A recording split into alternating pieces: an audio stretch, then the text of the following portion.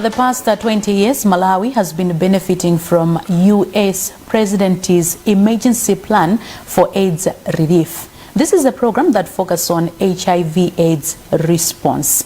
And I'm privileged in our today's program of Zodiac Exclusive, we have Ambassador John NKENGASONG, and I am Leah Malikano. Stay tuned. Welcome to the program, Ambassador. Thank you, Leah. Is this your first time to Malawi? It is my first time in Malawi, the warm heart of Africa. Yeah. What has been your experience? Oh, the warmness of the hearts of people of Malawi. The food is great. We have really been privileged to have been received by the President, the Minister of Health, the Minister of Finance. So we are very excited. I'm very excited with my stay so far in Malawi. But why are you here? I'm in Malawi for several reasons. First of all, I want to just check on how our bilateral program, the President's Emergency Plan for AIDS Relief that you referred to, how that program is doing, and continue to partner with the government of Malawi to respond to HIV/AIDS.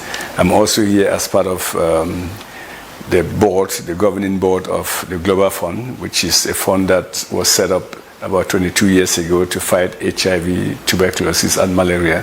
I represent the United States on that board, so we have a board meeting that started yesterday and will continue throughout the whole week. So on the board meeting, the Global Fund board meeting that is here in Malawi, maybe what are the main critical issues that you are discussing at this meeting? The main critical issues we are discussing at the board of the Global Fund, which will continue today throughout Friday, is how do we achieve our sustainable development goals of 2030 for the three diseases, for malaria, HIV, and tuberculosis. I think that is so important. We've come a long way, but we still have a long way to go in the fight of those critical diseases. The board meets twice a year, one in Geneva, and then we go to another country, and this time around we've chosen Malawi. So Malawi this week is the headquarters of the global HIV/AIDS leadership. We are all here from UNAIDS, from PEPFAR, and from the Global Fund. This should be the first time for Malawi to host this big meeting. It is the first time. How is Malawi going to benefit from this meeting? Malawi has always benefited from the support in their response against the three diseases from the Global Fund for the last couple of years. And we hope that by hosting the meeting here in Malawi, it will ignite a sense of continuous leadership and ownership of the response. Remember, the Global Fund is only here to support what the government of Malawi is doing in protecting its people, ensuring a good health for its people. It is ultimately the responsibility and sole responsibility of the government of Malawi to ensure that its people are healthy, because as we all know, Leah, your greatest assets in development is human beings. It's the citizens of your country that are healthy. Health is equal to wealth. Well, we should appreciate that PEPFAR has been a darling for many countries across the world. Maybe how is PEPFAR connected to Global Fund for the sake of Malawians that are watching us right now? No, absolutely. The Global Fund was set up in 2002. And PEPFAR in 2003. I always look at those two programs as twins, because they came in at a moment where the continent of Africa was struggling, was challenged with the HIV pandemic. And I want you to remember where the continent was 25 years ago, where countries in Africa their citizens spend most of the time going to funerals, to burials, it was just an ugly face of HIV at that time. So the Global Fund was created, and the United States contributes in excess of 30% in the funds that Global Funds uses in supporting countries like Malawi and other countries in Africa. So we are a key stakeholder in the Global Fund assets. All right. With about 1.8 billion US dollars investment in Malawi in 20 years since is it 2006. What are some of the key successes in the country so far from PEPFAR contributions? Malawi has done exceptionally well, given the burden of the disease and the size of its population, in progressing in the response against HIV/AIDS. There's what we call the 395. That is, we have to ensure that 95% of the people that are HIV infected know their status, 95% are treated, and 95% suppress virus. Guess where Malawi is? Malawi has exceeded those progress indicators. So it's one of the few countries in Africa that has exceeded those indicators. So that is good progress. But my caution is at the same time that we should not interpret that for victory. I mean, HIV/AIDS is still a threat. It's still a serious threat today. It's a developmental threat and security threat. Against that background, we should remember that last year alone, there were around 14,000 new infections. 14,000 new infections in Malawi, a country of about 20 million people. And that's a lot of new infections, especially amongst young people.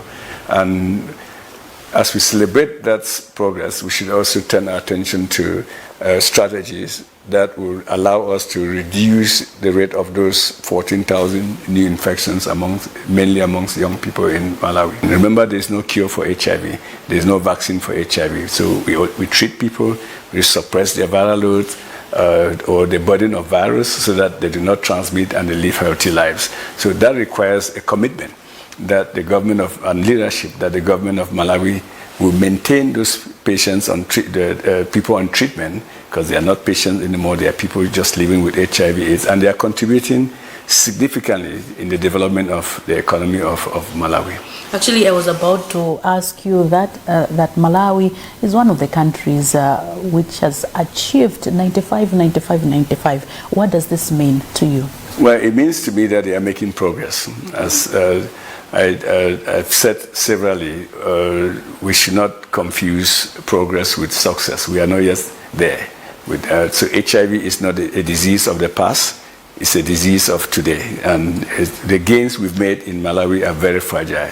In other words, if the government doesn't own the response, doesn't lead the response, the gains we've made over the last couple of years working with PEPFAR and global funds will be lost. And we don't want to be in that situation. So considering that Malawi has achieved this, so what should we expect in terms of funding that goes to Malawi towards HIV and AIDS pandemic response? I think the real question there should be how the government of Malawi is thinking, how Treasury in Malawi is thinking about maintaining its people on treatment. Remember when we came in 2003, 2004, and begin to support countries in Africa, we came in at an emergency point, right, where about 4 million Africans were dying a year, 4 million because of HIV. In this country, death rates were around 200,000. Okay, now see where you are. So I think it's just an unbelievable. That is between the 90s to early 2000, about 200,000 people had died of HIV/AIDS. Now that picture has changed. So the key question now is, how does the government and the people of Malawi, how are they thinking in terms of maintaining that response? I think it's really, we are your partners. We came in like good friends and supported you. I think we are asking the question as to how do we work with you so that you take on some of your own responsibility, which all governments are proud to do and should be proud to do, to take on the care of their own people. I think that is what, and we should do that in good spirit and with pride, that the government of Malawi sees value in ensuring the health and protecting its citizens so that they can continue to develop the country. All right, maybe the same on the issue of funding. The U.S. election results are in. So we know that PEPFAR was introduced by a Republican president in 2003, then George W. Bush. Absolutely. He was the one who introduced this program. Yes. And with the change of administration, what should we expect in terms of continuing funding the program? Remember that PEPFAR, as you really indicated, is and has always been a bipartisan program that is supported by the Republicans, started by President Bush, and has continued over the last 21 years through several presidents, including President Obama, and President Trump, and President Biden. So we remain hopeful that PEPFAR will continue. But the most important thing there is not just PEPFAR. PEPFAR is not an entitlement for countries, partner countries. PEPFAR was created, as you earlier said, the E in PEPFAR is emergency, was an emergency plan. I just want to highlight that we are asking the right question now as to where do we go from here? I mean, how do we begin to transition some of those responsibilities to partner countries? Because the emergency phase of that response is over. We are now in a sustained phase of the response. That is the fundamental question. We should have it and approach that with joy, that if we didn't come in 20 years ago to support countries like Malawi, just imagine the terrible impact that HIV/AIDS would have had on the people of Malawi. So it's not about whether PEPFAR is there or not. The key question is, how is the government of Malawi going to move forward to ensure the safety of its own citizens, safety from HIV, which, again, I emphasize, is a serious threat for the country. Maybe you keep saying that, how Malawi is going to move from here. We understand that different countries across the world, they are planning of changing their focus in supporting HIV/AIDS pandemic response programs, but they want to turn their focus now to climate change. Maybe what is your comment on this? My comment on that is that, I mean, as a country, as a nation, and not just Malawi, but all countries in the world, especially in Africa, is that we live in a world of polycrisis. So a government has to look at all the crises together that they have, or all the problems that they have together, and try to solve all of them together. So it cannot be in silos, where you say, well, I will solve the climate problems first, then I go to HIV, or go to malaria and tuberculosis. You have to take your resources that you have, put them on the table, and say, these are my problems, and look at the problems in the mirror and say, well, I have to address all of these problems. Of course, together with the partners. The partners have always been there to support the people of Malawi, but the ownership and leadership in solving those polycrises is going to be on the shoulders of Malawi. Absolutely, no doubt. It's also going to be on the shoulders of the United States. It's going to be on the shoulders of South Africa. So every country will have to take those problems, or set of problems, and find a way to address it in partnership with other countries or friendly countries. Considering that HIV, like you said, that has no cure, and there is a very big funding that goes to different countries from PEPFAR, don't you think maybe stopping funding HIV/AIDS programs maybe might affect the achievements that have been made in different countries so far? No, let me be very clear. Nobody is talking about stopping HIV funding. We're talking about how do we sustain that, and where the United States is saying, and Congress is saying, look, we've done this for over more than 20 years. How do we begin to transition the responsibility over to government? I mean, and several head of states in Africa understand that. I met with the head of state recently in the region, and he said, look, you are as good friends, and you came to support us and met us at the point of need, and we know what friends do for friends. Friends do not come solve your problem and stay there forever. I think that is what I call responsible transition there. I think it's a discussion whose time has come, And it's not about stopping PEPFAR program in Malawi today, but it's around how do we transition that, okay, because the United States also has limited resources. I mean, the money that we have supported countries across the world, we've invested more than $120 billion. But we are very proud of the return on investment. About 25 million lives have been saved through the PEPFAR program. About 5.5 million children have been born free of HIV who would have died of HIV. So we are very proud of what the PEPFAR has done. But the key question in front of us is, and the right question is to ask is, how do countries take ownership of that and leadership of that progressively so that we have a clarity in pathway of moving forward and sustaining the gains that you are referring to and worried about, at the same time making sure countries take their responsibilities. On the few days that you have been here in Malawi, you had an opportunity to engage with Malawians this week.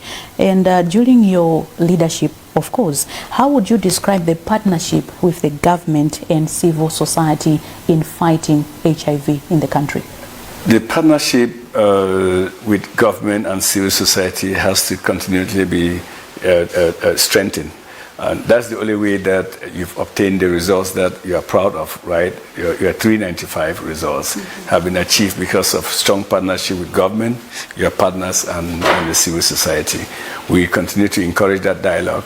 I've met with civil society and implementing partners just yesterday. I've met with government just yesterday as well. And I think that partnership between PEPFAR, civil society and government is so critical and central to advancing HIV response. Any challenges that you have noted so far?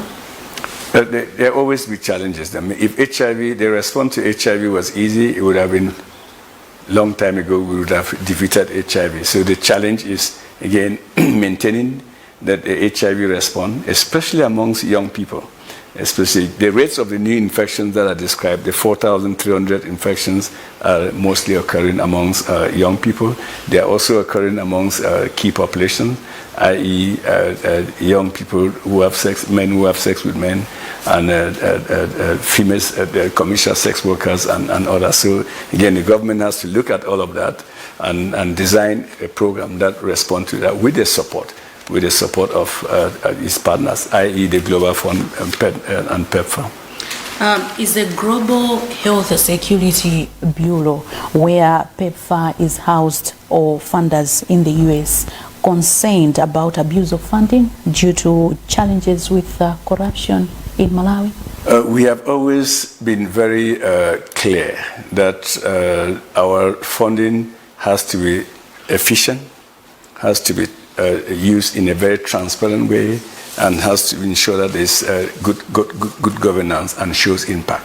I mean, very clearly, and we take that very seriously. And over the last 20 years, where we have dictated issues, we've addressed them or we've pointed them to the government or partners in those countries. I think we continue to message that to anyone who wants to receive funding from us and has received funding from us. So we don't take that lightly, because it's the U.S. taxpayers' money that we are spending, just as you'll be critical with taxpayers' money from Malawi. So.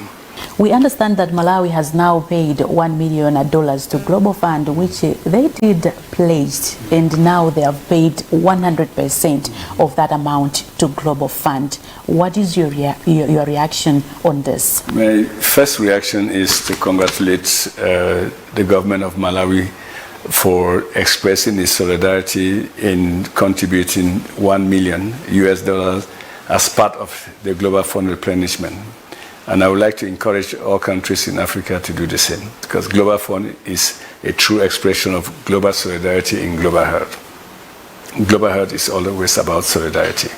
Now, the government of Malawi and the people of Malawi have in return received more than $500 million to supporting their efforts in the response against the tuberculosis, malaria, and HIV from the Global Fund.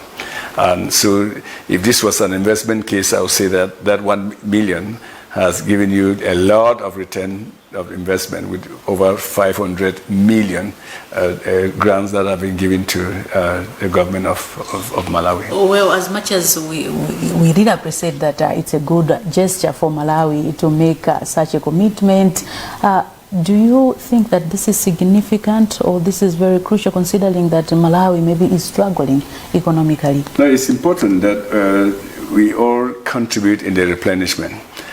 If Malawi doesn't contribute, who is going to contribute in that? All countries are struggling. So I think we should always remember that solidarity is not where you have excess. To solve a problem is that you have to, at any rate, do your part. I mean, Malawi did its part by contributing 1 million to the Global Fund replenishment. Lastly, as the ambassador of the Global Fund HIV initiative, you see many countries in the region. Do you think Malawi can realistically maintain progress to achieve this 95-95-95? There are certain things, Leah, that are not, you cannot compromise. I mean, that you've come that far, you've achieved, you make tremendous progress, and then you take your eyes off the ball, then that progress, as I indicated earlier, is not static, it's very fragile. So Malawi, I must say, has no choice but than to maintain its people on treatment. There are close to 1 million people that are on treatment. So it's not debatable whether Malawi could, is willing to do that or not. It is your people that that treatment is maintaining, and they are contributing to the development of your economy and contributing to the projected the future of Malawi. Each time I go to a country and I go to a clinic and I take I hold an HIV negative child who was born from parents that were HIV positive, and he or she is smiling at me. I look at that, and guess what goes through my mind? I say, this is the future of the country.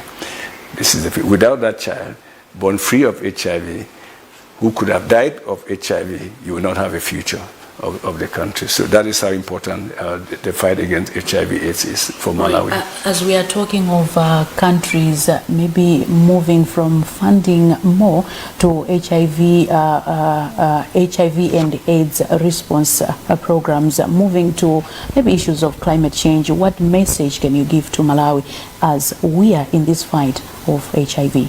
Yeah, that is the commitment, the political commitment. I mean, it starts with the political commitment. Yesterday, the president did indicate that he was once, early on in his career, a commissioner of HIV/AIDS, so he knows the issues.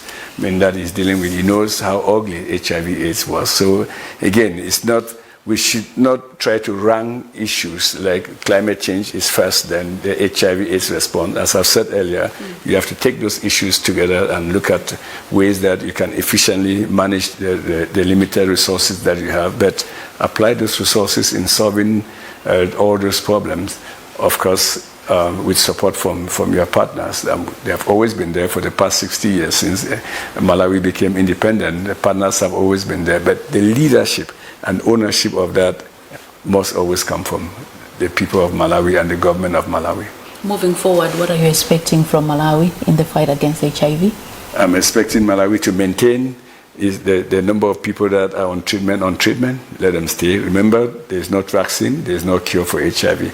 I'm expecting Malawi to focus on prevention, primary prevention. That is, the young people should really be sensitized, and not just as an event, but do that all the time so that they know that HIV/AIDS is a threat, it's a serious threat, and if you prevent those young people from being infected, then you are ensuring that the pool of people that are already infected stay the same, and so it's an investment that you are making there. That's my expectation from the government of Malawi. As we conclude our interview today, Ambassador, maybe what can be your last words?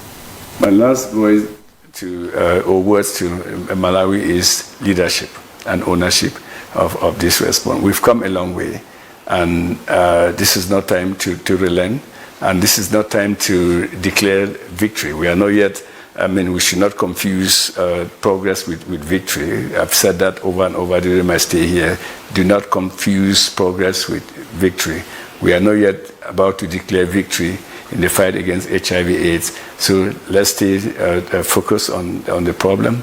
And HIV/AIDS, the United States will continue to work with the government of Malawi in that sustainability journey in a responsible way, that as Malawi takes on increased responsibility, we'll continue to point them in directions that they can create more efficiencies and accountability. Let me take you back to the question that I asked earlier about the engagements that you have been having with Malawi government officials and the civil society. Maybe what gaps have you noted in the relationship that government has with the CSOs in the fight against HIV in the country? I have not been here long enough to analyze those gaps. But it's really not about gaps. It's a common understanding of what we want to achieve. Okay, the problem that we have to solve is not the difference between the differences between government and CSO. It is, are we applying our energy and resources to the response against HIV/AIDS, which is a very complicated sector to respond. You need a multi-sectoral approach to be able to fight HIV/AIDS. So the government should be able to welcome all partners, local partners, that is the CSO partners in Malawi, in a way that as long as they are contributing to the response against HIV/AIDS. But I have not been here long enough to understand and analyze any gaps that exist between the government and CSOs. Thank you so much for your time talking to us. Thank you very much. You're welcome. Yeah, it was a pleasure.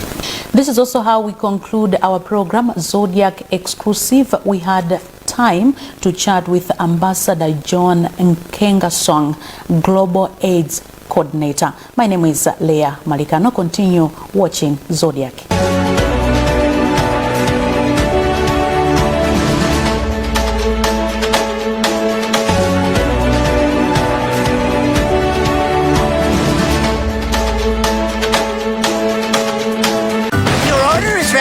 Home of entertainment. As a child growing up, I always remember starting each day with the trusted sweetness of Ilovo sugar. The beautiful smell of zitumboa and sweet tea brought a big smile on my father's face. Mother was always there, smiling while we enjoyed our breakfast.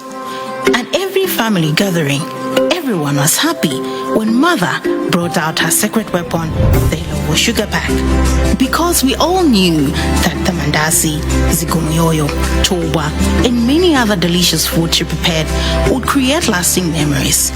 Now that I'm grown, these stories I don't only tell my family and friends, but I let them experience it for themselves every time they have a taste of food prepared with Ilovo sugar. Ilovo sugar, the trusted brand from generation to generation. Ilovo sugar, teke mpamvu.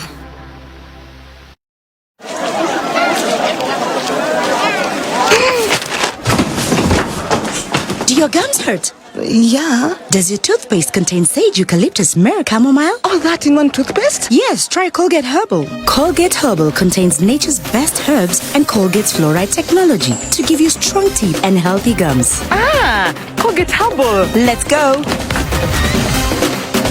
Colgate Herbal for strong teeth and healthy gums naturally.